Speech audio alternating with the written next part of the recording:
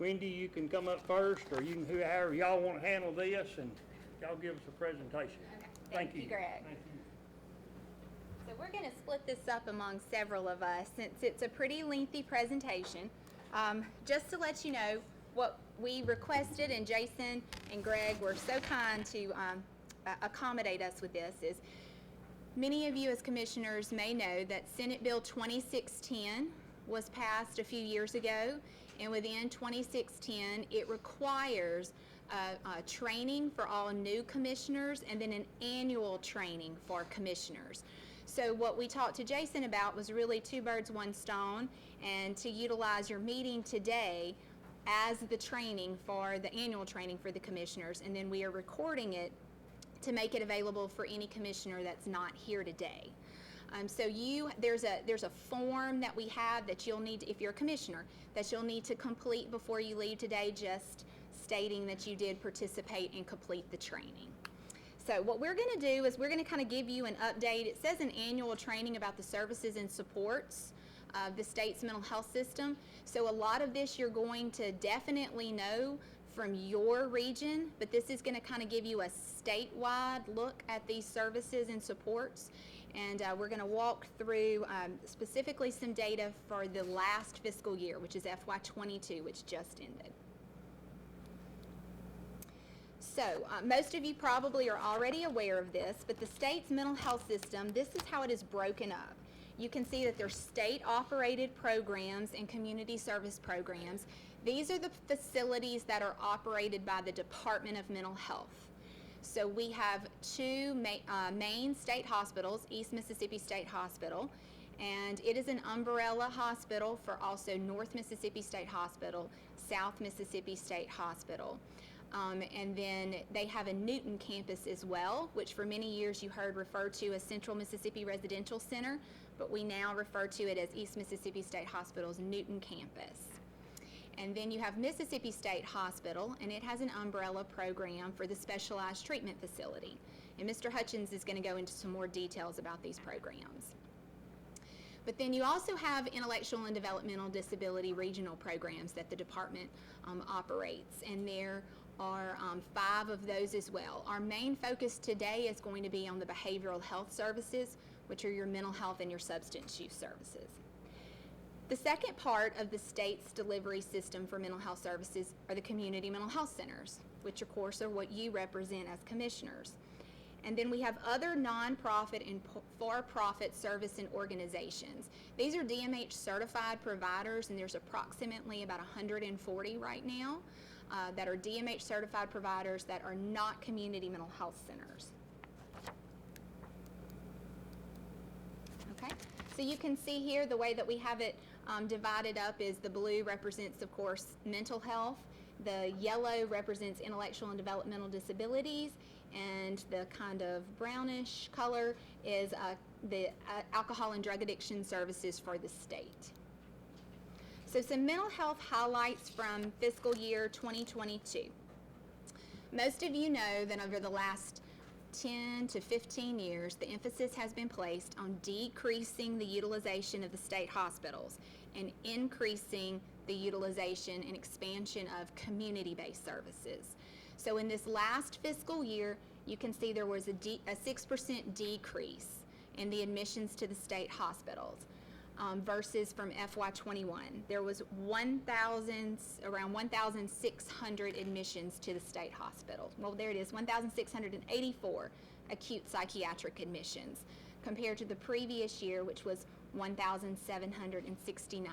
So when we say acute psychiatric admissions, those are court commitments that are to the 4 state hospitals. One of the other focuses from this last fiscal year has been on the discharge planning and the training of state hospital staff and community mental health center staff and enhancing that discharge planning process. Part of this was also peer bridger implementation. We had a few pilot programs for peer bridgers, but we did not have it statewide until this last fiscal year, and we're still working on enhancing that program. And Mr. Hutchins will talk a little bit more in detail about the peer bridger program as well. You can also see in FY22 that Mississippi State Hospital received accreditation for a psychiatric residency program. I think everyone who is in this room and who will view this virtually can all agree we do not have enough mental health workforce in the state, and psychiatrists in particular. So this residency program will train psychiatrists who will hopefully stay in our state. So it opened July 1st of last year, and it started with 6 residents. 6 more residents were added July 1st of this year. To also kind of give you a comparison in just over a year how much that program has received national attention and grown. In July of this year, there were over 500 applicants across the nation applying for the residency program, and only 6 were selected. So you also can see here the specialized treatment facility, which I mentioned earlier, that falls under the umbrella of Mississippi State Hospital. That is in PRTF, so it's for adolescents. And then there's Oak Circle Center, which is on the campus of Mississippi State Hospital. That's the only 2 state-operated programs the Department of Mental Health operates for children and youth. And you can see that 198 children and youth were served at those 2 locations. Another mental health highlight for FY22, which I know a lot of the community mental health centers have been involved with as well, was preparing for the launch of 988. And Ms. Storr's going to speak in a little while and give you some more details about that. But that has been a very large project for the agency and the state as a whole. And 988 was launched on July 16th of this year. It's a 3-digit number. The goal is for it to end up being like 911 for behavioral health crisis. So specifically some community mental health highlights for FY22. Many of your community mental health centers operate these programs. And again, hopefully you know what those numbers were for your individual community mental health centers for this last year, but we want to give you a statewide look. So intensive community support services are now available in all 82 counties. So these are comprised of 3 different services. You have PACT, I-Court, and intensive community support services. These, 1 or more of these are available in all 82 counties in the state. You can see here that 760 people were served by the PACT teams in our state, and you had a 4% readmission rate. 31 people who were served by PACT were readmitted to the state hospital. Now, the incredible thing about that is if you know about a PACT team, you know that is for individuals who need the highest level of service, who have had multiple admissions to the state hospitals. 760 people served, and you have a 4% readmission rate to the state hospitals. So this shows you it's a very effective program. I-Court teams is the modified PACT team. We had 610 people served across the state with I-Court teams and a 6% readmission rate to the state hospitals. The I-Court numbers are also slowly coming up because it's just really been over the last 2 or 3 years that those have been expanded in the state. Right at about 1,000 people were served by intensive community support specialists. This is another level of service. It's not as intense as PACT or I-Court, but it's more intense than just your traditional community support services because an individual can have more hours and be visited more often with intense community support services. And you can see with that, there was a 7.5% readmission rate to the state hospitals. So overall, with this bundle of 3 services in all 82 counties, there were about 2,400 individuals that were served. Supported employment is available at all the community mental health centers, and there were 219 people employed. 239 people were served through Choice. This is the housing voucher, and again, I'm going to kind of breeze through these because Mr. Hutchins is going to go into more detail. We had more than 200 certified peer support specialists. Right now, working in the system, there are 240 certified peer support specialists across the state. Again, the key to that is that's who is employed in the state's mental health system. So that goes back to one of those 3 components from that first slide. There are also certified peer support specialists who've been trained that are working in the VA and the correctional facility, and those are not counted in that number of 240. Mobile crisis response teams, there were over 30,000 calls and contacts this past year. more than 11,600 face-to-face responses. Mobile crisis is also very key with the launch of 988. Mobile crisis, dispatching of mobile crisis teams work very closely with 988, and Ms. Store's been working with the community mental health centers to build those relationships over the last year. Crisis stabilization units, 3,108 people were served. You had a 90% diversion rate. So 90% of the time when someone went into a crisis stabilization unit, they did not have to go to a state hospital. Now, we also want to see these numbers increase on the numbers served over the next year, because we can serve more at the crisis stabilization units than are being served right now. But due to COVID, especially over the last year, some staffing issues, those numbers have dropped. They're a little lower, so we hope to see that number increase.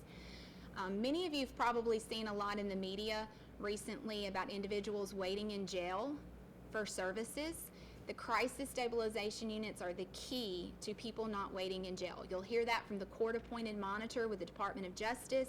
And you'll hear that from me. You'll hear that from Mr. Hutchins. Those crisis stabilization services, or those crisis stabilization units, are a key to people receiving services and not having to wait in jail. And the Navigate program is for first episode psychosis, and you'll see that 83 people were served. A few highlights from the last year with addiction services. As you know, Mississippi State Hospital has a substance use disorder unit. We call that a SUD unit. In the past, they had 50 beds. They had 25 male beds and 25 female beds. We worked with East Mississippi State Hospital to open up 25 beds at East, which opened last July. They had room to open for 50 because I don't know if many of you recall, but East used to have a 50-bed SUD unit. And with some budget cuts many years ago, those were closed. So our goal was to reopen those beds to increase access to substance use treatment for individuals who've been court committed. So you can see that about 160 people were diverted from needing those services by the Community Mental Health Center programs. There are 646 residential treatment beds across the state. Most of those are operated by the community mental health centers. And what we try to do is when we have someone who's been court committed to a state hospital bed for substance use, we try to divert that individual to a bed in the community if at all possible, because we're very limited in the number of beds that we have at the two state hospitals. And you can see 160 people were diverted. 320 were served at State Hospital and 254 at East.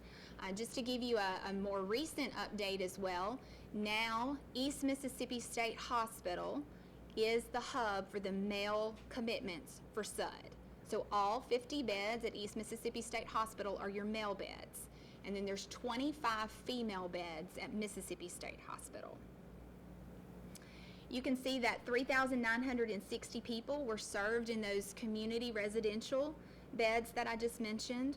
Narcan distribution is something also that has been a focus of our agency. SAMHSA, which is the Substance Abuse and Mental Health Services Administration, harm reduction is very much a key component of SAMHSA now, and one of those things is Narcan distribution, where if you have someone who is overdosing from an opioid, you can do a nasal spray of Narcan, and it can save their life. So we have a very heavy emphasis on making sure that law enforcement has Narcan, and also members of the community as well. The last addiction services highlight is around a new program. Now, this is a pilot and it is in Hinds County, but our hope is to have this spread to other areas of the state. And I've said before that if you live in Mississippi, you know that there's a church on every corner. So if we are not working with the faith-based community, we are failing. And that's with the community as a whole, the community mental health centers and the state agency.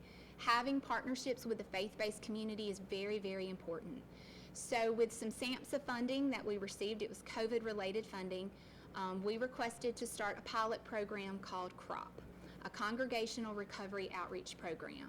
And we have 3 African American churches in the Hinds County area, and it's a partnership with Region 9, with the Public Health Institute, and these churches, and they go in and they train members of the congregation on how to make referrals for when someone needs services, what services are available. They do mental health first aid with them and other programs as well, basically to train the congregation members.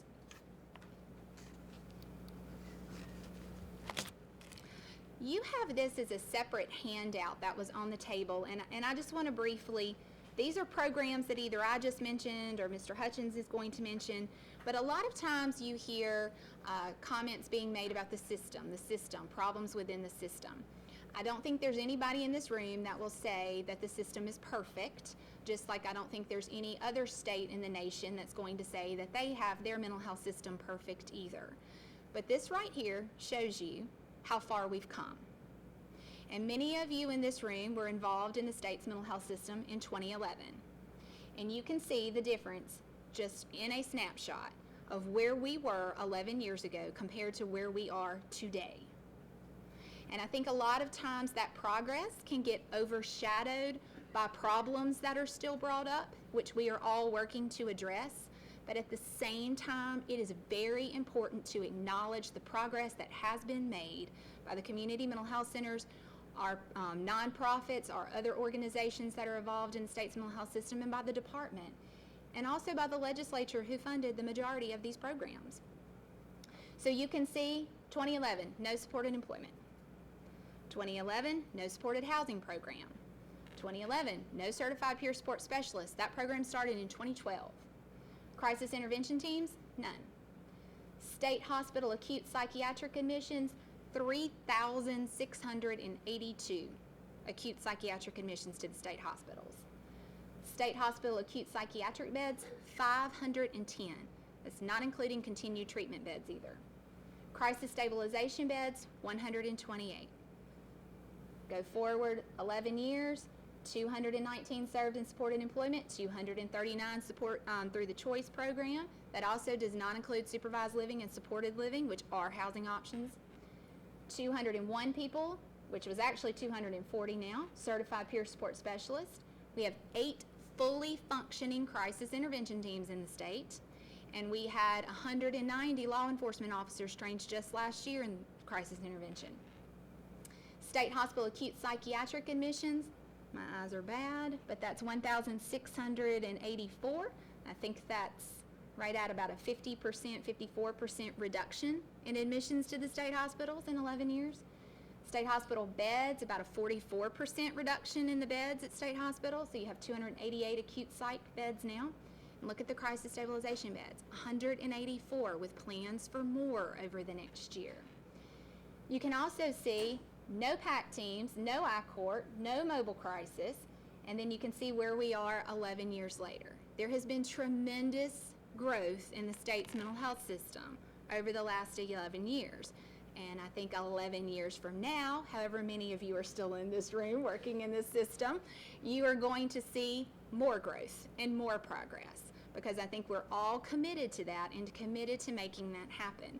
And your role as a commissioner for your community mental health center is absolutely key to making this happen over the next 11 years, just like we've seen it over the past 11 years. So I'm going to turn it over to Jake now, who's going to do a little bit deeper dive into the behavioral health side. It's this one. It looks like you're going backward. No.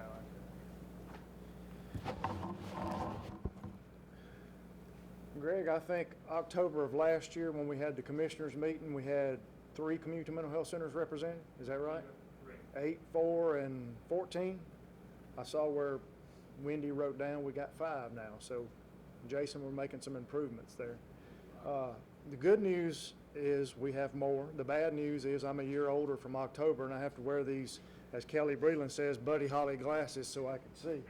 That previous slide that Wendy showed, that's for your benefit. That's a dual purpose slide, because if you can read it, you don't need these, and if you can't, you need these. So anyway, we'll talk about DMH behavioral health programs, provide inpatient services to individuals with serious mental illness and substance use. I had somebody stop me the other day and ask me why it was so difficult to get into the state hospital, and I said, well, that's the highest acute service we have. We want it to be difficult. We want individuals served in their communities at a crisis stabilization unit if they need that. We don't want it to be a burden to get in, but we want to make sure that the options are available in a person's community before we go to that level of care. As Wendy said, since FY11, there's been about a 44% reduction in the use of our state psychiatric beds, and that's because we've opened up more intensive services across the state, and that we've also added crisis stabilization beds. She's talked about this a little bit. The programs include state hospital, and under state hospital, I think, what was it, 2 years ago, Kelly? We did an administrative consolidation, or is it 3? 4? I lose track of time. You know, to reduce the amount of administration, we've done some consolidation. As you can see, East has North and South that falls under them. So it's been somewhat effective. We hope it will continue to be so. We do operate nursing homes on the campus of East Mississippi State Hospital and Mississippi State Hospital.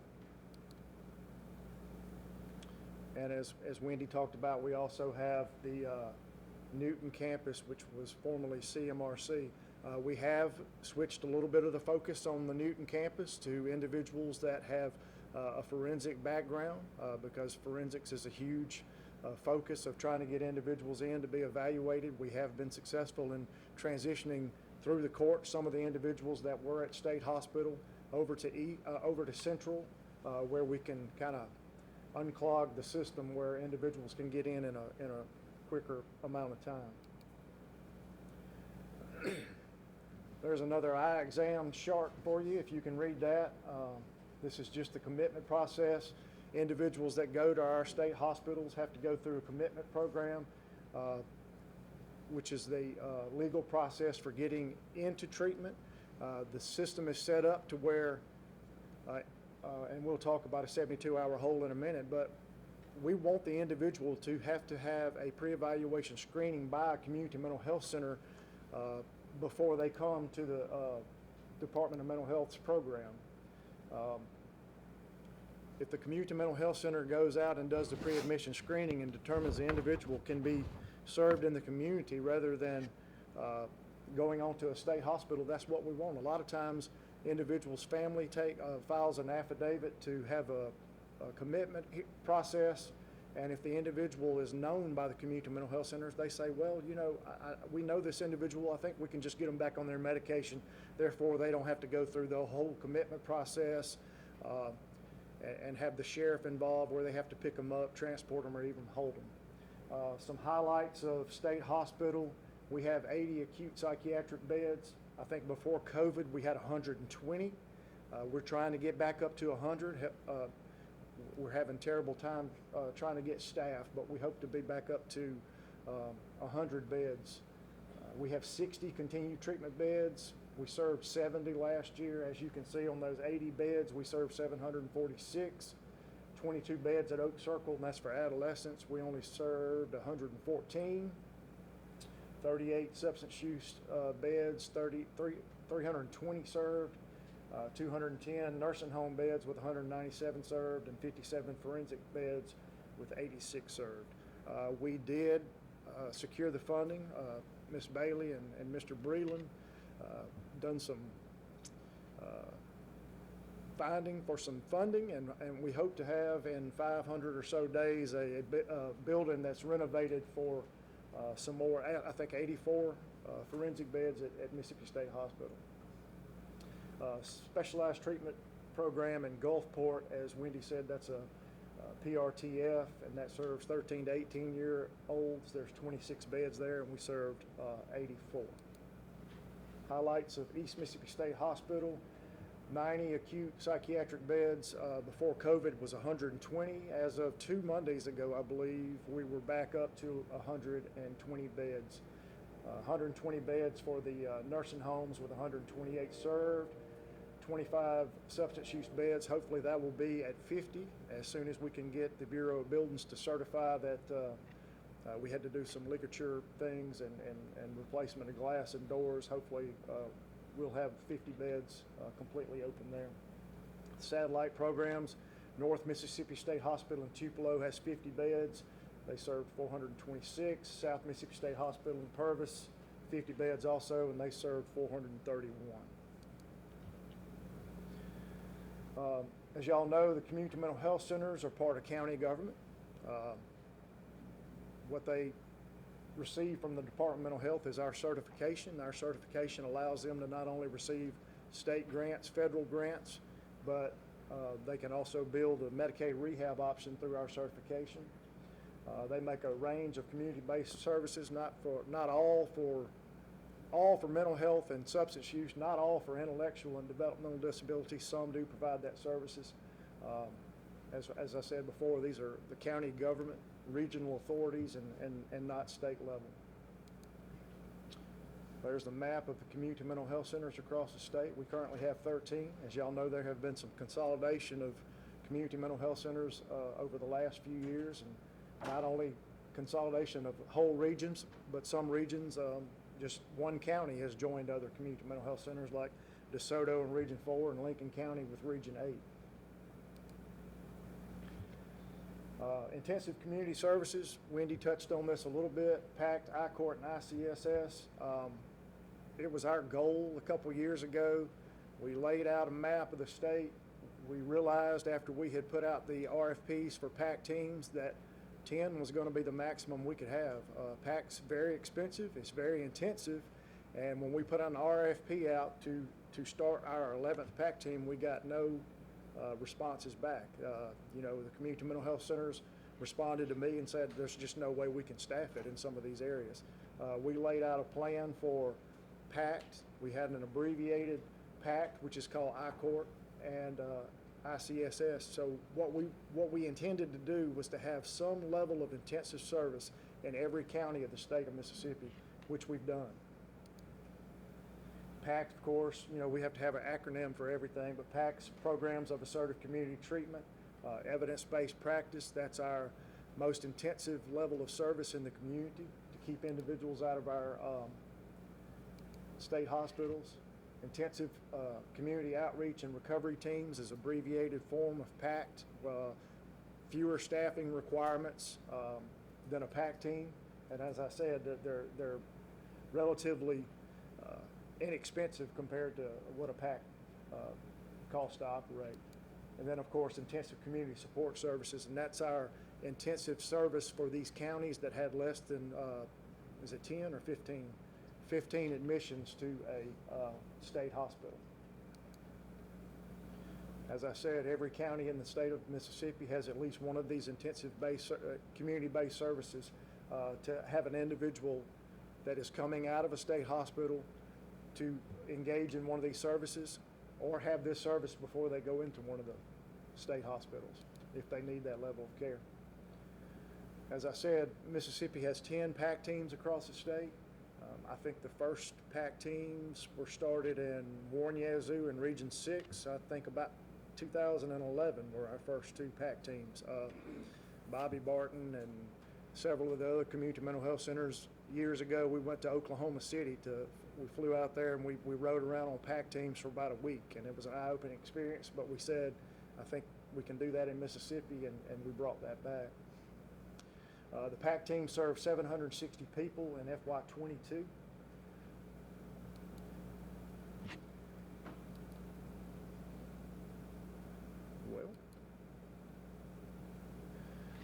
In FY19, we piloted the first I-Court team, which was with Region 2 in Oxford.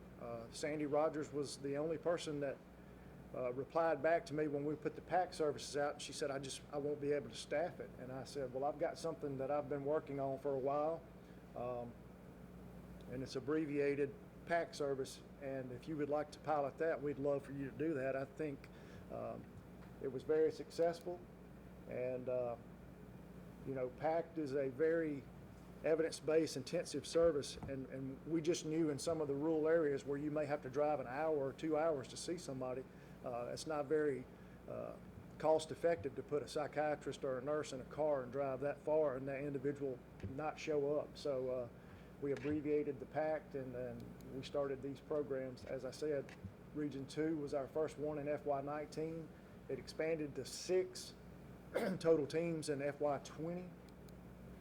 And in FY21, we have a total of 16 teams. So this is part of the continuum of care with the PACT services, I-Court, and ICSS.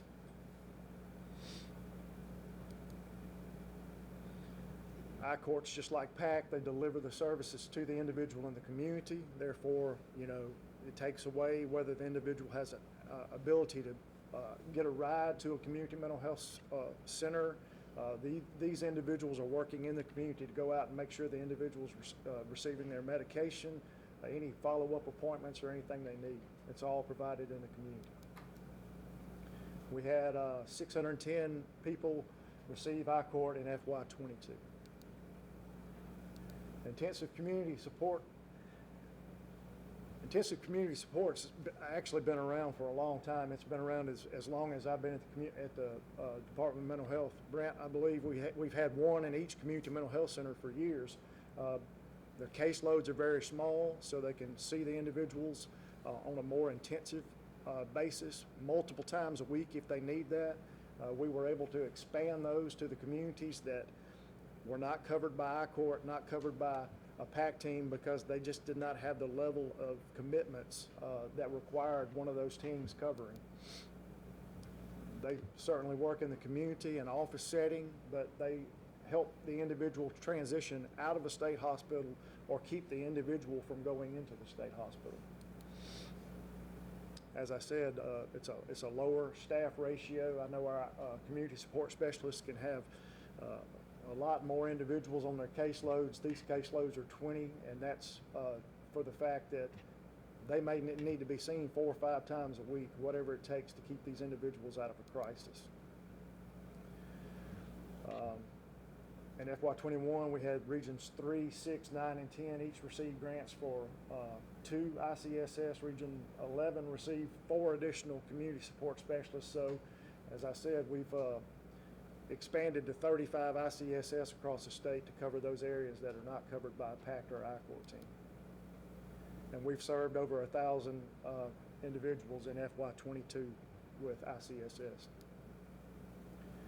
Crisis stabilization units offer short-term, voluntary mental health treatment in the communities.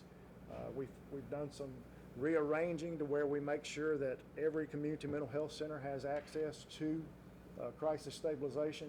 The only area currently that does not have a crisis stabilization unit is Warren Yazoo. They actually had a crisis residential center years ago when I first started with the Department of Mental Health, and they ended up taking the money for the CSU they had and starting a PAC team with that.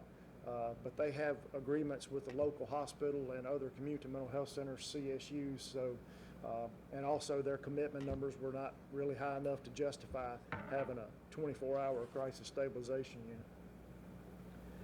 These programs address mental health problems to avoid court commitments. I know that when I first started with the Department of Mental Health, the state hospitals operated the crisis stabilization units. And in order for an individual to get into a CSU, they had to be committed. So it was just like a satellite office of the state hospital. So when we transitioned these over, I believe in 2010, when we started the first one, and the rest after that, individuals could come in on a voluntary basis rather than have to be court committed, and that was the goal. These are the locations of the CSUs across the state. Our last one was opened in Natchez, and we are adding more crisis stabilization beds to the current CSUs. So some of these CSUs are only 8 beds. We're trying to get every CSU up to 16 beds, and some of the areas where we have 16 beds, we're trying to add an additional crisis stabilization unit, such as Region 8, Hinds County. We're looking at DeSoto County, also working with Jason. So those are some of the areas that we're adding more CSU beds just by the number of admissions. In FY22, we had 3,108 individuals served in the CSUs. As you can see, we now have 14 CSUs and 84 beds. We have a 91% diversion rate. That means if we can get the individual to that CSU, 91% of the time we can divert that individual back home or to their community rather than having to go to a state hospital or a higher level of care. Mobile crisis response teams. We started mobile crisis response teams, I believe, in 2014, and it was halfway through the year when we received that funding. So probably 2014, 6 months into our funding cycles when we started getting these programs up and going, available to all 82 counties. Each community mental health center has a mobile crisis response team, and they can respond to wherever the person is experiencing a crisis, local hospitals, anywhere in the community, in individuals' homes. They work closely with law enforcement to reduce the crisis that the person's experiencing. And, you know, if the individual is in that crisis and the mobile crisis team can diffuse it or get them to a crisis stabilization unit, then we don't have them in emergency departments. We don't have them in jails, and certainly we don't want them committed to Mississippi State Hospital if we can treat them in the community.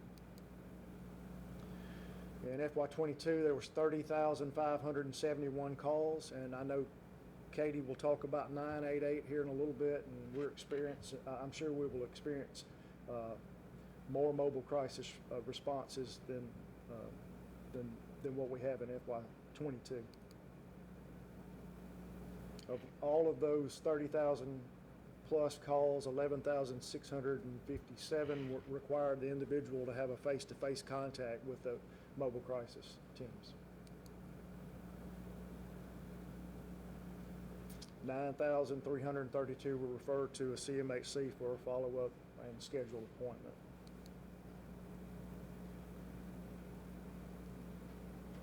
Of all of those calls, 4,929 individuals needed a higher level of care. Diversion centers. This is something we're looking at expanding with ARPA funds. Diversion centers, I think we have started one with a TTI, which is a federal grant, small federal grant, Region 2. It's been successful, and we're looking at doing some more diversion across the state, accessible to CIT officers, Chancery Court, and participating emergency services.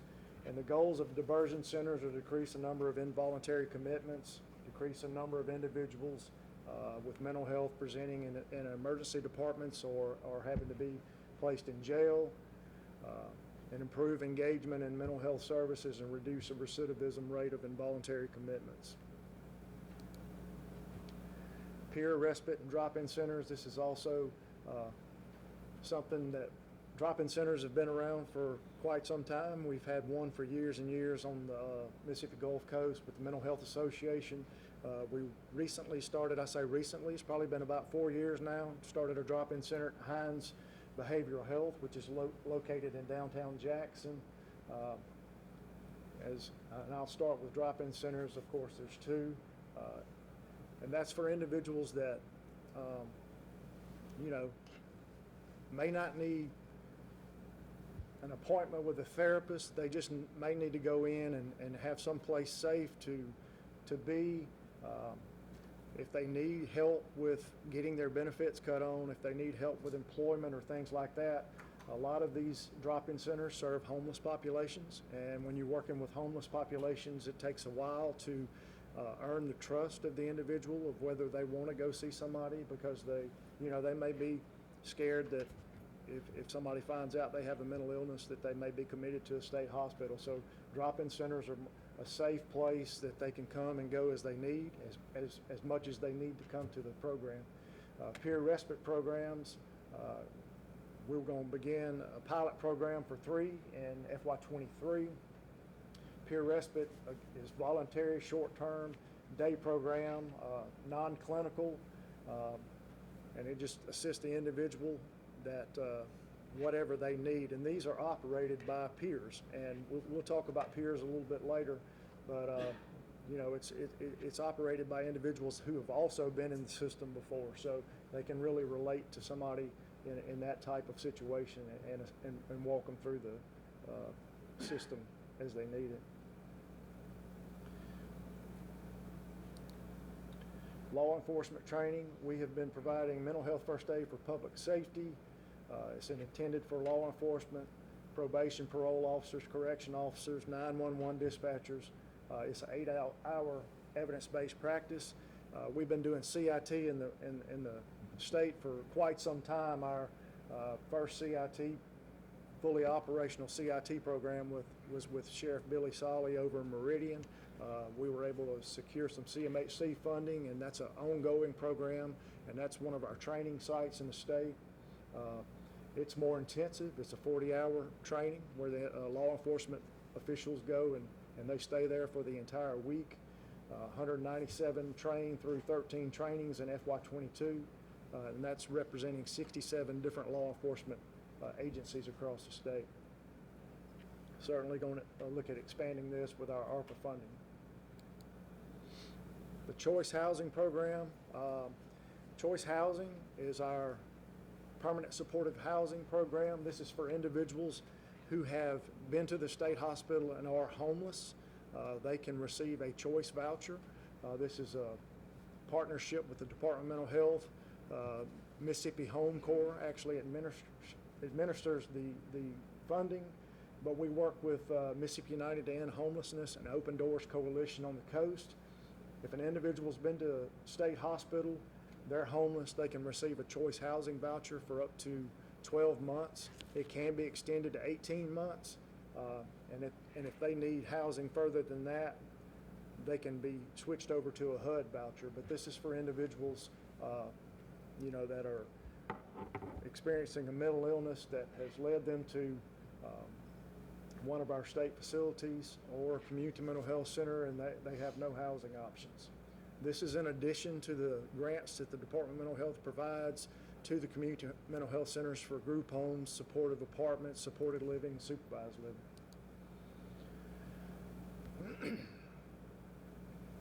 That just tells you a little more about the Choice Housing Program.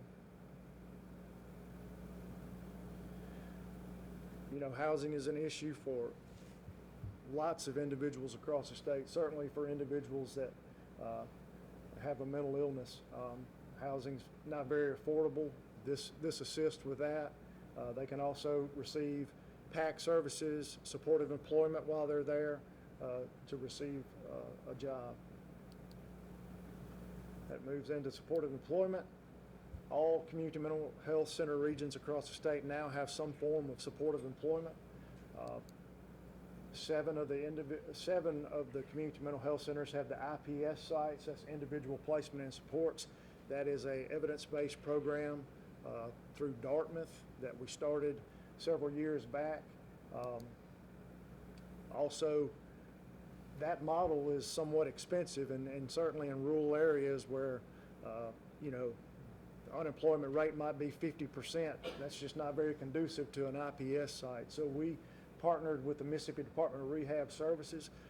We offered grants to the Community Mental Health Center to have a supportive employment specialist to make the referrals to Department of Rehab, where rehab uses their expertise to find the job, and the Community Mental Health Centers use their supportive employment specialists to not really find the job, but make sure the individual's making all their appointments to their mental health therapist or their doctor or their nursing visits, so their mental illness doesn't interfere with them getting or keeping a job.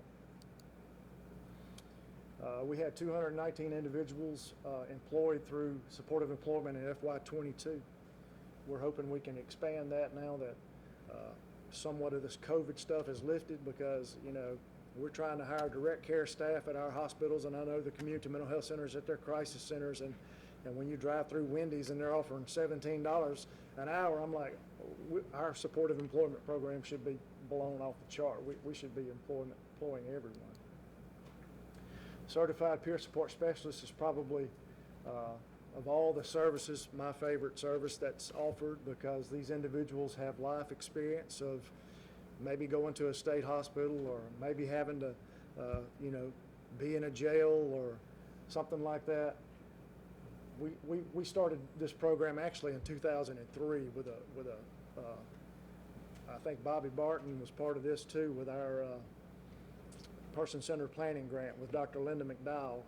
We actually paid peers. I can remember sitting in the conference room over at Warren Yazoo, and we would pay peers to come in and sit in the meetings or go to doctor's appointments with these individuals. It was only until 2012 when we got our certification program to where we could certify them and then bill Medicaid. So these individuals are individuals that have gone through whatever experience in their life. They come through a certification through the Department of Mental Health, and as long as they work for a community mental health center or within the state mental health system, they can bill the Division of Medicaid for their services, and it's very effective. They're part of our mobile crisis teams. They're part of our CSUs. They're part of our court teams, and they do a really good job because that life experience helps them help individuals that may be experiencing their first crisis. Peer Bridger, again, was a TTI grant. We've had so many TTI grants in Mississippi, but they've all led to great things. Began at North Mississippi State Hospital, and what our Peer Bridger program does is we employ a peer at the state hospital, and we provide a grant to the Community Mental Health Center for a peer to be stationed there. So they start communicating with the individual and the two peer bridgers while they're in the hospital to make that transition back to the community as smooth as possible. And it also increases the likelihood that that individual will attend their appointments when they're discharged. This is now expanded to all the Community Mental Health Center regions, crisis stabilization units, and all the state hospitals. So we're hoping that through that program we can make the transition from an individual back to their community seamless, to make sure that that individual attends their appointments and their medication appointments if needed. Navigate program was started several years ago with a requirement from SAMHSA that our block grant had a set aside, and it had to be used for an evidence-based program, and we chose the Navigate program.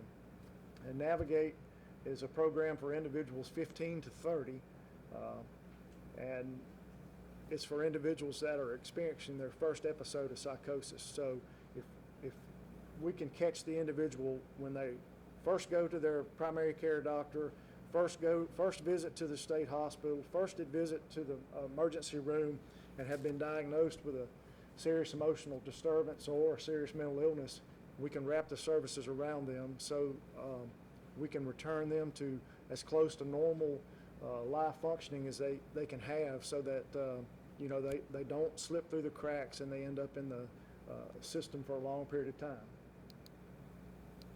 We call it the Navigate program.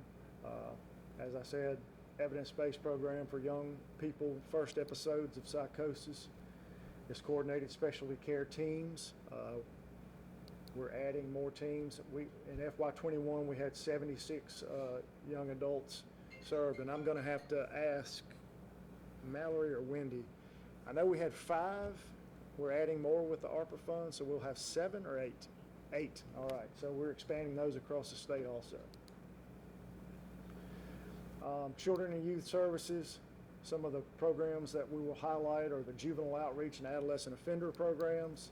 The juvenile outreach programs improve behavioral and emotional symptoms to prevent future contacts between adolescents or youth and youth courts. In FY22, we had 2,150 youth served.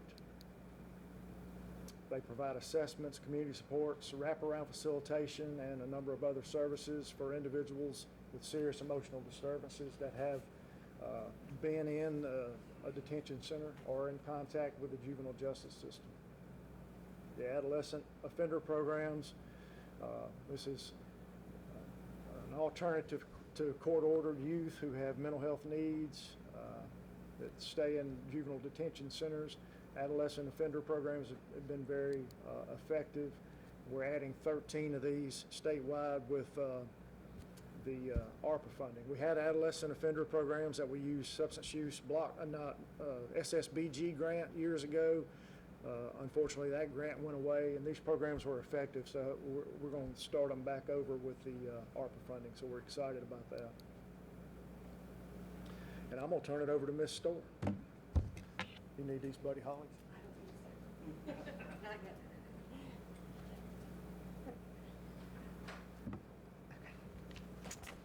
Get my book caught up over here, or not.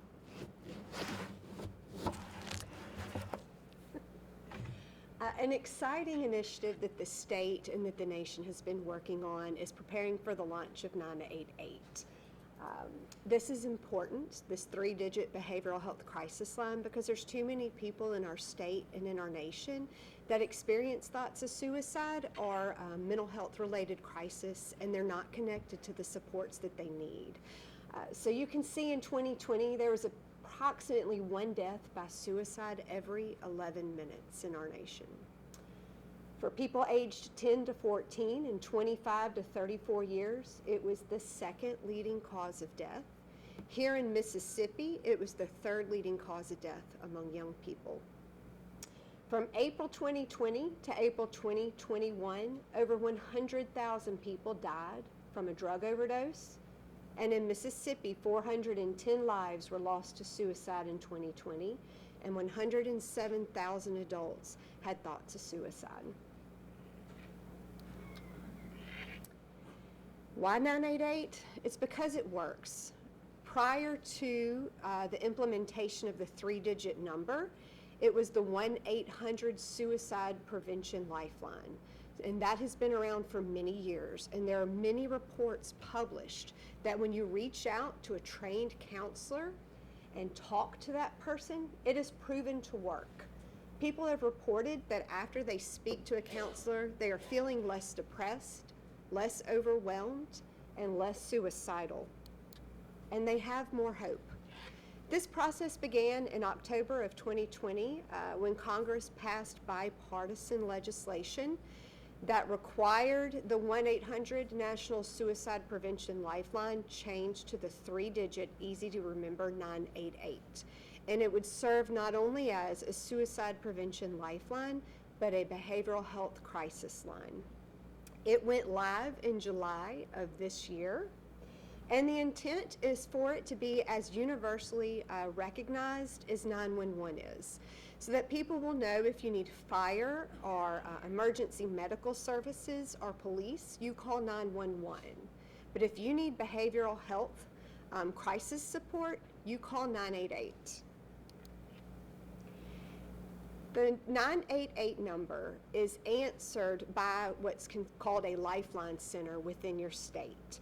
Calls are routed by area code right now. There are work groups looking at geolocation on a national level, but right now they are routed by area code and they go to the person's state. Here in Mississippi, we have 2 lifeline centers that are answering 988 crisis calls. Contact the crisis line in Jackson, Mississippi. They are the primary center for our state. They answer the majority of counties' calls. And then we have Contact Helpline in Columbus, Mississippi. They answer a smaller catchment area, but both of our centers serve as a backup to the other. So if you call 988 and you're routed to contact the crisis line and every counselor is handling another call, it will then route to Contact Helpline before then going to an available lifeline center somewhere else in the nation. No call will go unanswered. It was clear in our beginning work on this that this was not just planning for a 1-800 number to change over to a 3-digit number, that this was considered the precipice of transformation of crisis care in our nation. And so along with planning, SAMHSA published a best practices toolkit for crisis care that we used as our guide. And it boils down to 3 components that SAMHSA says is required for an effective crisis care system: someone to call, someone to respond, and somewhere to go. Mississippi was in a really good place prior to the launch because we had the components already here in our state. So what we've been working on was to link the components together and to work on a uniform response so that no matter where you are in the state, you'll get the same level of crisis care when you call 988. So someone to call, those are going to be our 2 Lifeline centers. Someone to respond, those are the mobile crisis response teams that every community mental health center operates. Those teams can respond 24/7 to every county within their catchment area. And then somewhere to go, those are going to be your crisis stabilization units. Those could also be the peer respite centers. Somewhere to go if a mobile crisis response team decides that someone needs that higher level of care. So 988 is serving as that entry point for crisis care that everyone will be able to remember to get the care that they need. One key difference between 911 and 988 is that with 911, you call and a service is being dispatched. 988 is the service. 80% of the calls can be handled over the phone. They are being connected to a trained counselor to talk them through their situation. The 20% that need a face-to-face response, of those, 70% can be resolved in the field. And then 65% of those that need a higher level of care can be discharged to the community and then remain stable with that wraparound post-crisis follow-up care that's provided. This system is supposed to reduce the burden on the use of emergency rooms, on police, so that when someone is having a behavioral health crisis, they are being treated by behavioral health professionals. And it works. These are some statistics of the 1-800 number and the number of calls that they receive. When you call 988, you're greeted with an automated message. Right now there are 2 options. They're working on a 3rd menu option as well for some population-specific care. But you can press 1 to connect with the Veterans Crisis Line, 2 if you need to speak to someone in Spanish, and then it will connect you to your local crisis center. There are sometimes a delay between that greeting and getting connected to your local crisis call center. So we are urging people to spread the message to not hang up. That call will be answered. Another exciting aspect of 988 is it's not just a phone call. You can also text 988 or chat. Right now, if you text or chat 988, it's not going to be answered specifically by someone in Mississippi, and that's because prior to the launch of 988, these centers were not required to offer it as a service, so they're building capacity for that right now.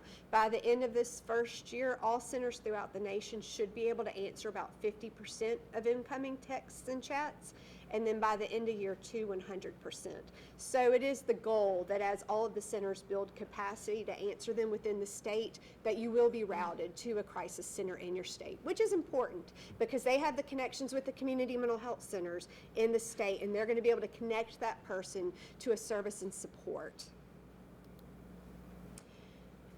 With our planning, these are some of the top priorities that we considered with the implementation of 988 and as we move forward in planning.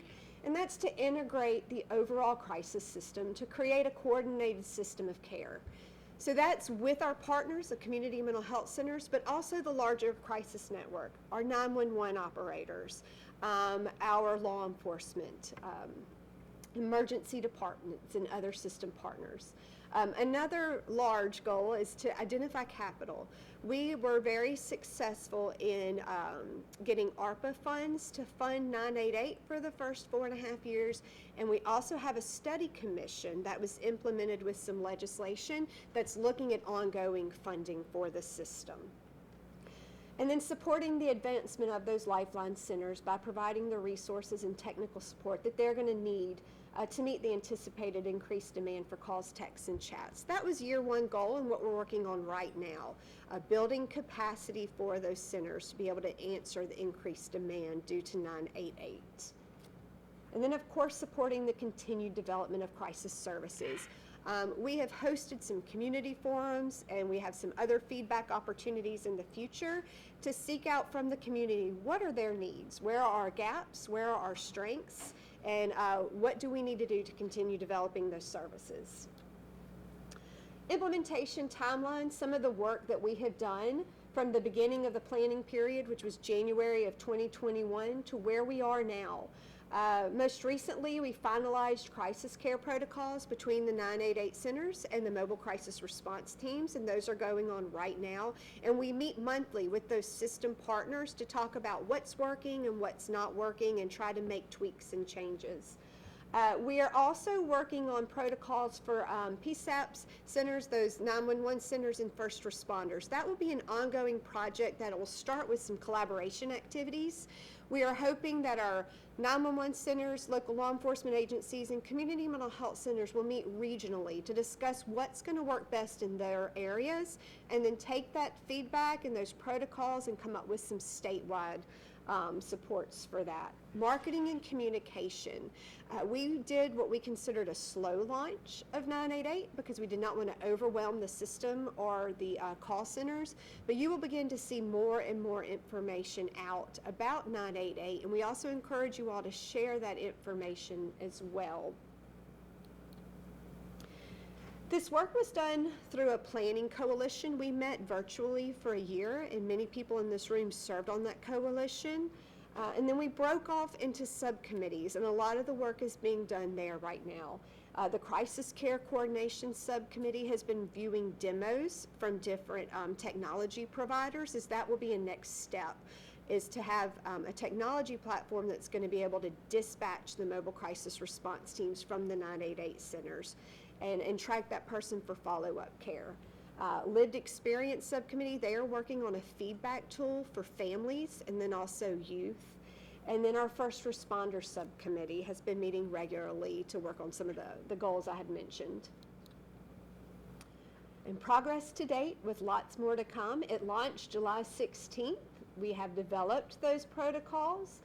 Piloting follow-up protocols. Region 2 is piloting with us follow-up procedures for when someone calls 988 and agrees to the 988 center getting that information to their local community mental health center. The legislation for the study commission is out. Our implementation plan has been developed and approved. Funding secured, and I've mentioned a lot of these. We have a webpage on our DMH site where you can see minutes, our implementation plan. We have the video from our study commission meeting. So if anyone wants to learn more about the work that's been done to date, you can go there and learn more about 988 and where we are with it.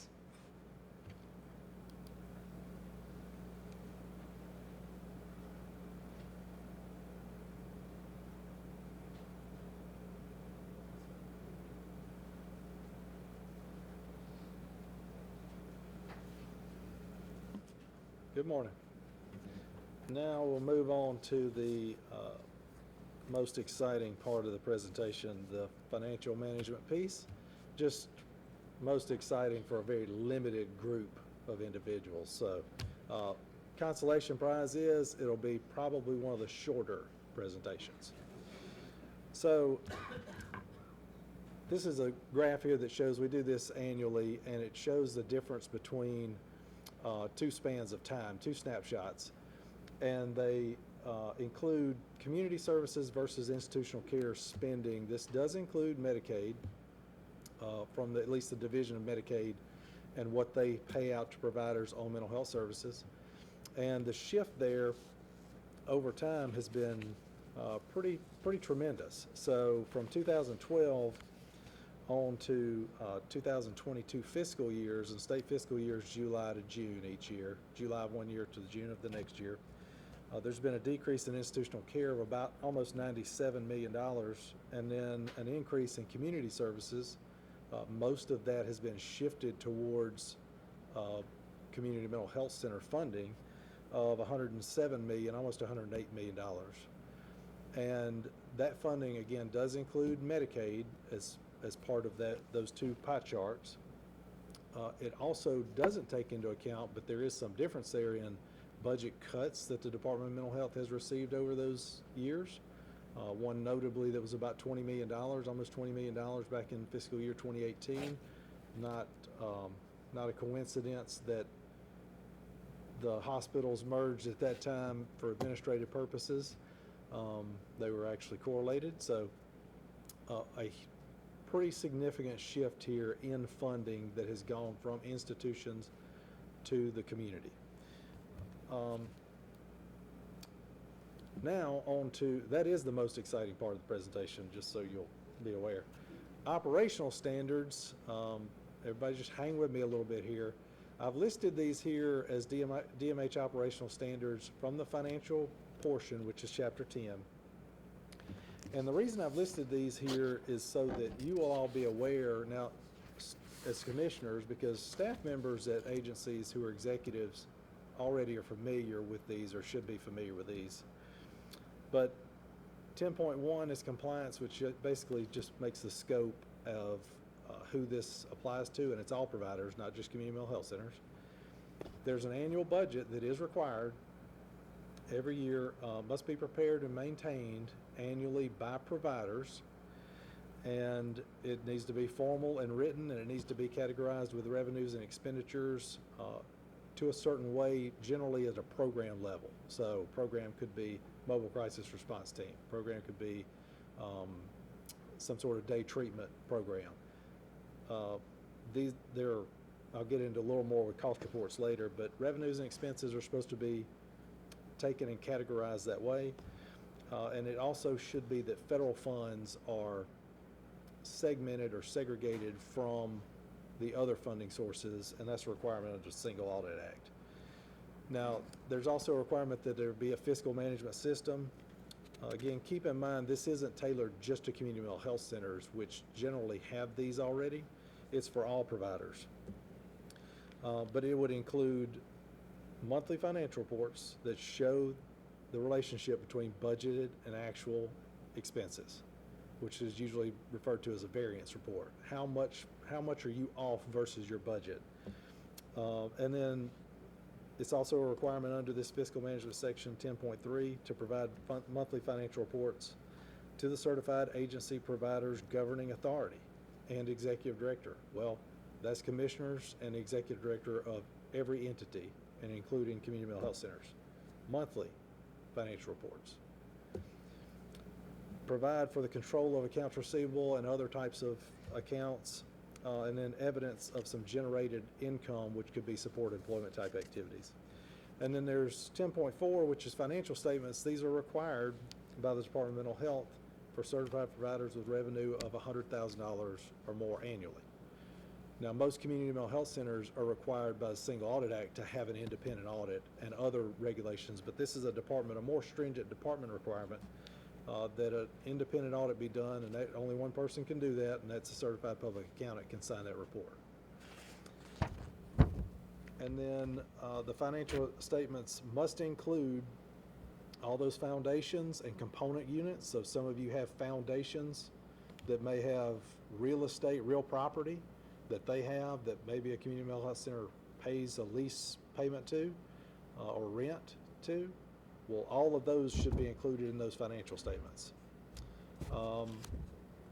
The accounting system, I won't go through too much, but there are standards that they should include in there. Internal controls and other things should be part of the processes where you don't have a person who can inappropriately dispense money to themselves, so they couldn't set up a vendor, they couldn't set up a vendor and do a purchase order and issue a payment. One person shouldn't be doing all that with some other level of approval, or else they'll just set up their own Kelly Breland LLC, for instance, and then they'll do a purchase order themselves and then start paying themselves. So always better to have something, even if there's collusion's always an issue, could be an issue where two or three people are working together, but it's the worst case scenario to have one person with all the authority and approval to be able to do some of these things in the accounting system. 10.6 here, purchasing. Notably, I'll just say that there's inventory system for equipment that's required. DMH auditors go out and they check this to make sure there's a system, and they go down list to check off that they see these pieces of equipment. There's also laws and regulations that are issued by the legislature. Department of Finance Administration is kind of the caretaker or the policy developer for those, and they're usually for commodities or equipment, so tangible items. These regulations and statutes apply to all government authorities, and that includes community mental health centers. And then policies is fiscal management system, and the agency provider must include a fee policy, and that policy should be written and it should have a rate, and those charges should be available when auditors show up to ask for it. And it's accessible to people served by the agency. So you all have fee schedules that community mental health centers produce, and those fee schedules probably are based on cost and then something related to that or very similar. And that's, there are some requirements under this section, again, that I won't go into in detail, but your executives should be familiar, or their staff should be familiar with these regulations. There should be, under this section 10.7, also a non-discrimination based policy, sliding fee scale, and a method of obtaining that statement from the customer, person receiving services. And then in 10.8, there's a specific statute that goes along with this. That's why I highlighted it. And it's related to, and I know Cindy Eubank is going to go over some of these broadly at least, but there's a section of statutes that apply to community mental health centers.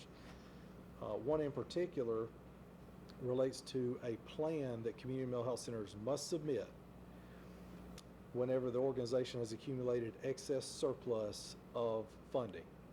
And that's 1/2 of the annual operating budget. So let's say the annual operating budget is $30 million.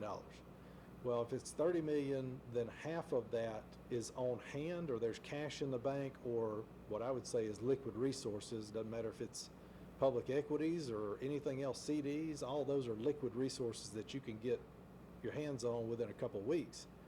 Well, those funds, if you had $15 million in the bank for that or more, then you'd be required to submit a plan to the department, and within 45 days of the end of that applicable fiscal year. If that's not submitted, then the Department of Mental Health is required to withhold funds, state funds, from the community mental health center until the plan is submitted, and then there's a process for reviewing and accepting that plan.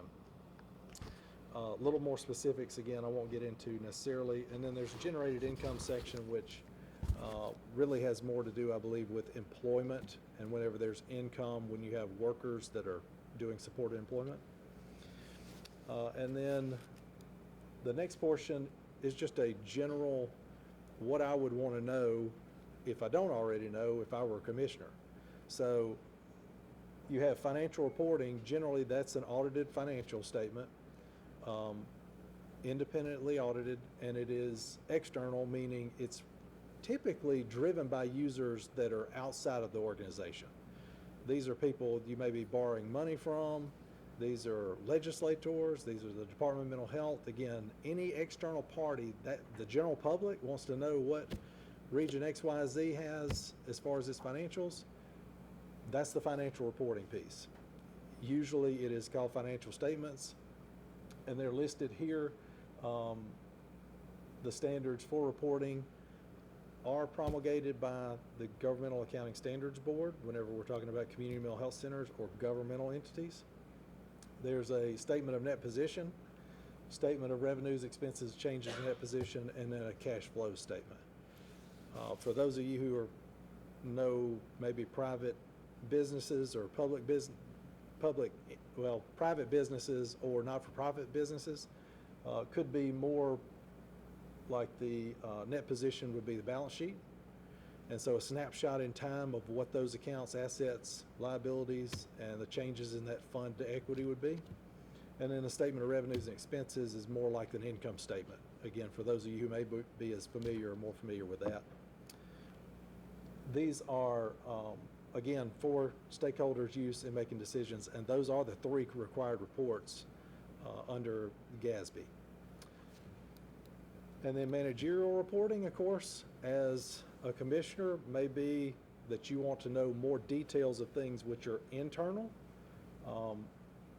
Not to say that internal means they're not part of what the public may be able to get from you, because that has nothing to do with it. It's just really more of tailored ad hoc or standard reporting that's for management's use in making decisions and affecting some change.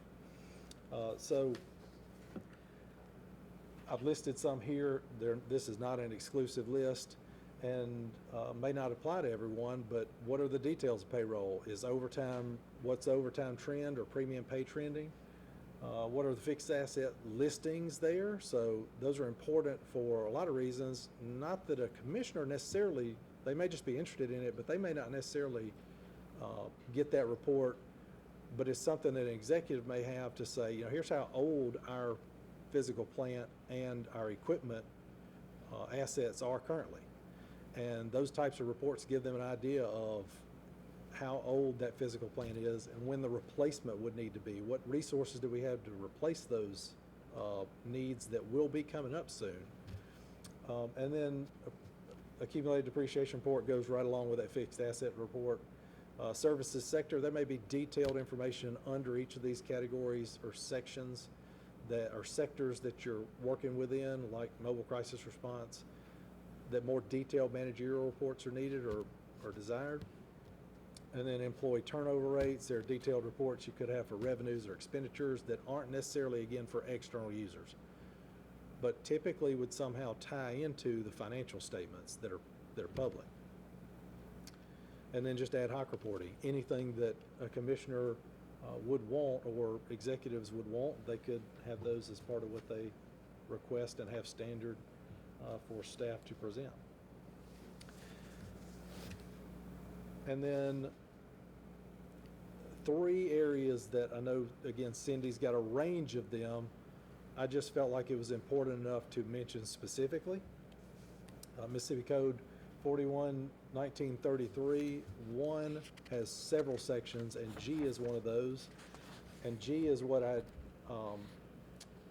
is about paying administrative costs and the authority to do that from the legislature, including per diem for the members of the commission.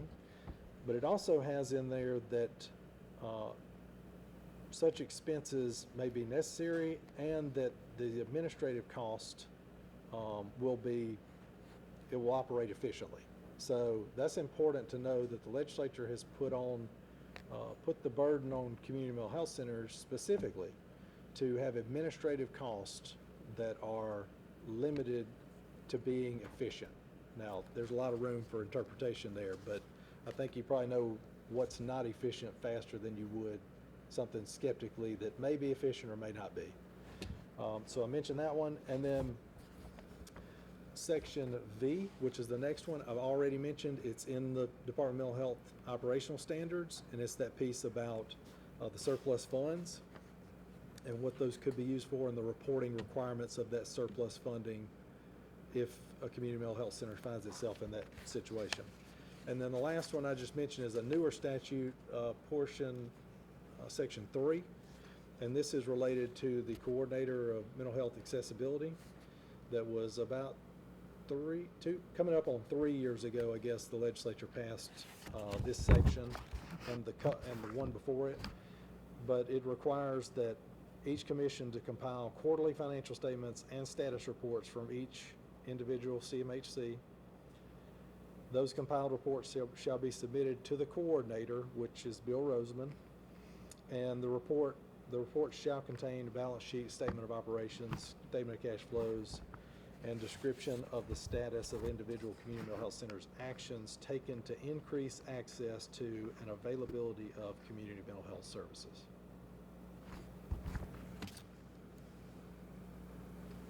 And that's all I had. I'll turn it over to Ms. Eubank.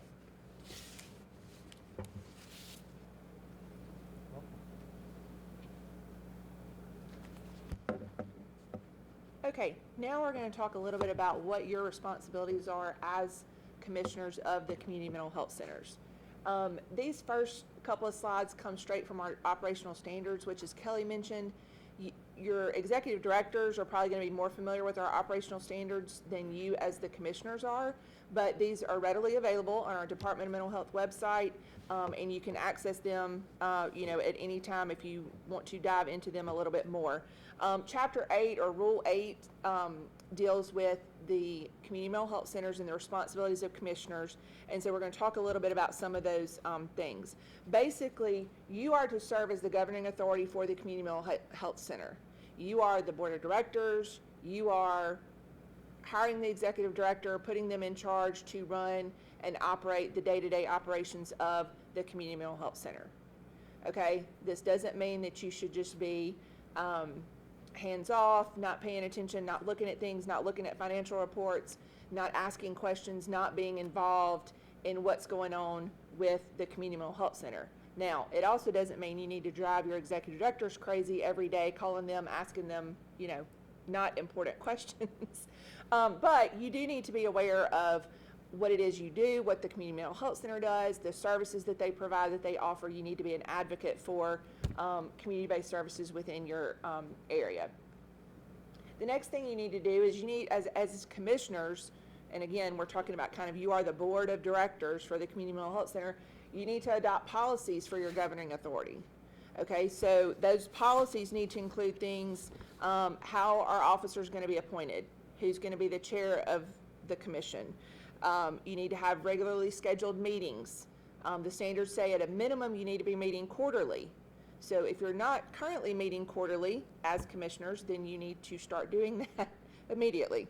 The policies say that no commissioners can be family members of employees or related to employees of the community mental health center.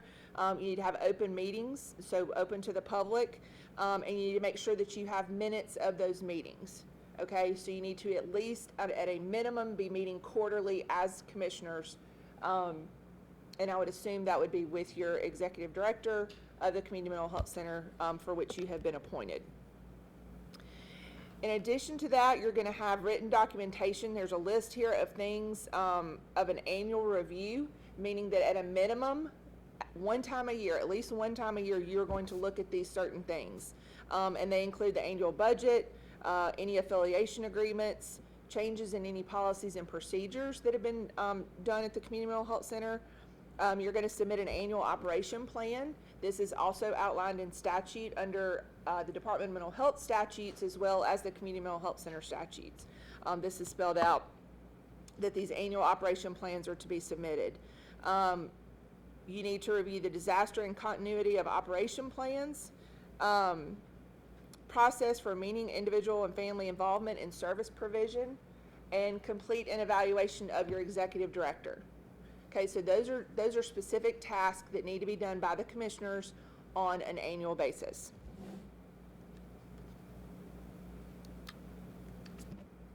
These are things in our standards. These are specifically under Rule 8.3 in our standards that talk about things that there must be maintained written documentation of.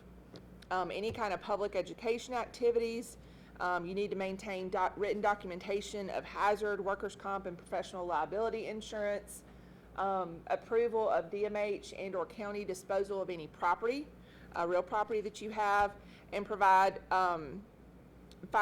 any kind of financial services or borrowing money from private sources if needed. All that needs to be provided and spelled out in written documentation. These are some of the things found in the statutes, specifically 411933, which talks about the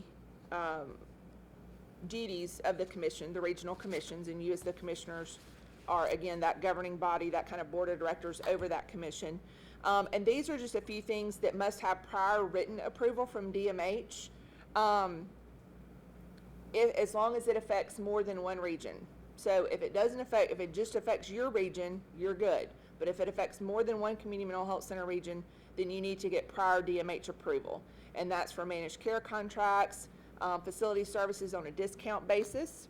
If you're entering into agreement where the commission assumes the financial risk, for provision of delivery of services, if you're providing direct or indirect funding for any HMO, if you're establishing, operating, or a member of any other managed care entity.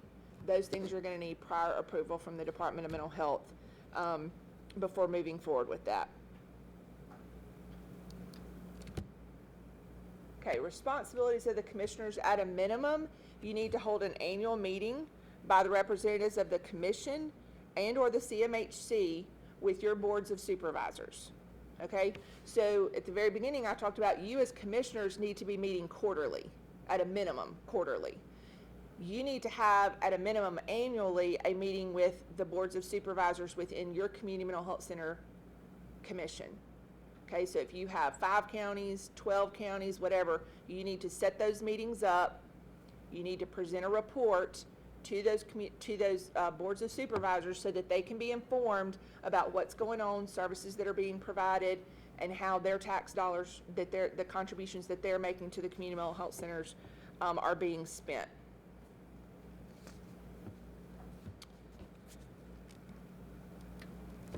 These are the code sections that Kelly mentioned that specifically deal with community mental health centers, regional commissions, the powers and duties of community mental health centers, and their sections 411931 through 411943 of the Mississippi Code. And again, you can Google these. You can go to the Mississippi Supreme Court website, and under research, you can go there and access the Mississippi Code. So they're very easily available online and easy to access if you want to read and review. One thing I do want to remind you of, which is why a lot of you are here today, is that one of the changes that was made back in 2019 is that, and it was made to 411933, which Kelly talked about, I've talked about, which is kind of the powers and duties of the commission, the regional commission. And one of the paragraphs that was added by the legislature was requiring all new commissioners to receive new orientation training and annual training with continuing education regarding the Mississippi mental health system. It's to be designed and provided by the Department of Mental Health at no expense to the community mental health centers, which is why we're having it recorded today. We've recorded past trainings in the past to make those easily available for commissioners to access and take part in. But that is a legislative requirement, a statutory requirement, and so you need to make sure, and that's why I believe Ms. Bailey recommended or referred to you earlier to make sure that you complete the form and get that submitted so that we can document that you have received this annual training and participated in this. And that's all I have, Ms. Bailey. Okay, hang with me for about 5 more minutes, and then we will be through. We've talked a lot about what's happened this fiscal year, and I just want to share a few future goals for the current fiscal year that we're in and the upcoming fiscal year. So the focus is going to be on increasing crisis bed availability. So this is twofold. This is adding 60 more beds, as Mr. Hutchins mentioned, with ARPA funding, but it's increasing the availability of the current beds as well. Occupancy percentages and utilization is definitely going to be highlighted and looked at with the crisis stabilization units. Coordinating that 988 care and that continuum of care, expanding access to addiction treatment services. I'm sure you've seen in the media nationally and locally about increase in addiction use, especially after COVID. So this is going to be one of the focuses. Increasing availability of crisis services for individuals who have intellectual and developmental disabilities or who may be dually diagnosed with a serious mental illness and intellectual and developmental disabilities. This is a group, a population of Mississippians that we really have got to focus on when they are needing a crisis service, that is available for them. Looking at the increasing access to intensive and crisis services for children and youth. In the agency's budget request for FY24, we've asked for a crisis stabilization unit in North Mississippi and in South Mississippi for children and youth. We have one in Central Mississippi operated by Region 9, but we know we need more access to crisis services for children and adolescents. utilizing court hospital liaisons from diversion of state hospitals. I think you're going to hear a lot about this in the upcoming legislative session. We have a few pilots that we started with general funds and then a few more with the TTI grant. And this is for a court liaison. They work with the Chancery Clerk's office for that individual who comes in to file a commitment, to try to work with them and their family to divert that individual to some of the services that we've mentioned throughout this presentation. I think you're going to hear a lot more about the court liaison program.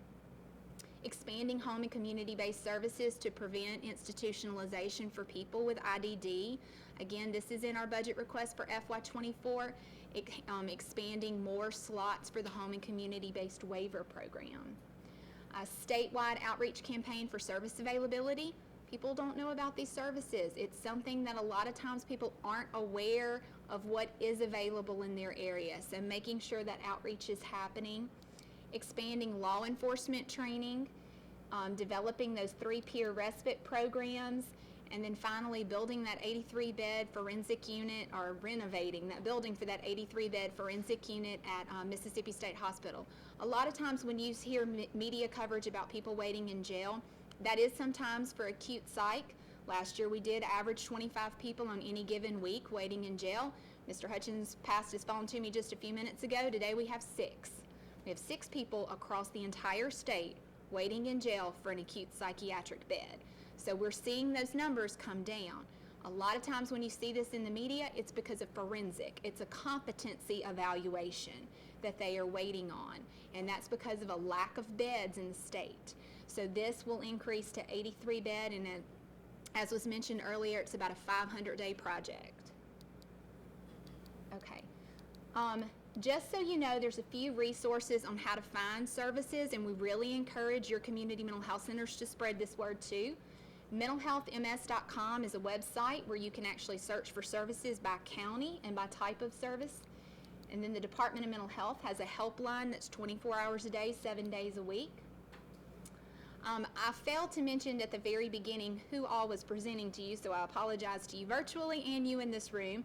But you heard from Mr. Jake Hutchins, who is our Deputy Executive Director for Behavioral Health Services for the department, Ms. Katie Storr, who is our Chief of Staff, Mr. Kelly Breland, who is our Chief Financial Officer, and Ms. Cindy Eubank, who is over our Office of General Counsel.